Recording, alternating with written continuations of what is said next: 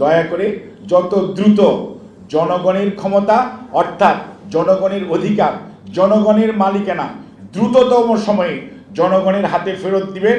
মনে রাখবেন, দেশ তত বেশি দ্রুত তার যে সত্যিকার অর্থেই যে টার্গেট, অর্থাৎ একটি আগামীর সুন্দর বাংলাদেশ যেখানে সুশাসন থাকবে, বিচার থাকবে এবং যত অবিচার, অন্যায়, অত্যাচার এবং হত্যা, গুম হয়েছে প্রত্যেকটারই বিচার যদি যথার্থভাবে আপনারা পেতে চান, মনে রাখতে হবে জনগণের নির্বাচিত একটি সরকার যদি হয় তাদের দায়বদ্ধতা থাকবে।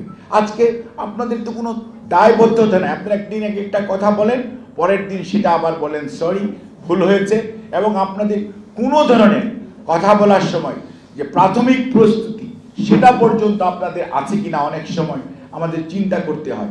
আজকে অবশ্যই তো ধরা উচিত যে এই যে বিভিন্ন দুর্নীতিগুলো আসলো, এগুলো নিয়ে তো আমরা কোনো অবস্থাতেই দেখি না যে সত্যিকার অর্থেই ইউনূস স্যার অত্যন্ত রেসপেক্টেবল মানুষ, ওনাকে সম্মান রেখেই বলতে চাই, ওনার সেই নাম, ওনার সেই নোবেল লরিয়েট, ওনার সেই উচ্চাসন যদি ধরে রাখতে হয় তাহলে অবশ্যই স্যারকে আরও শক্ত হতে হবে।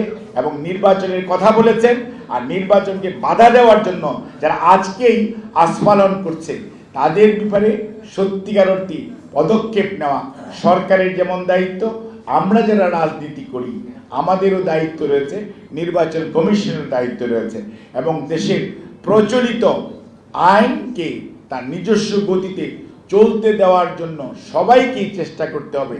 আজকে আপনি একজনকে কথা বলতে দিবেন না, এটা কি কোনো অবস্থাতেই কালচার হলো? This is not a culture.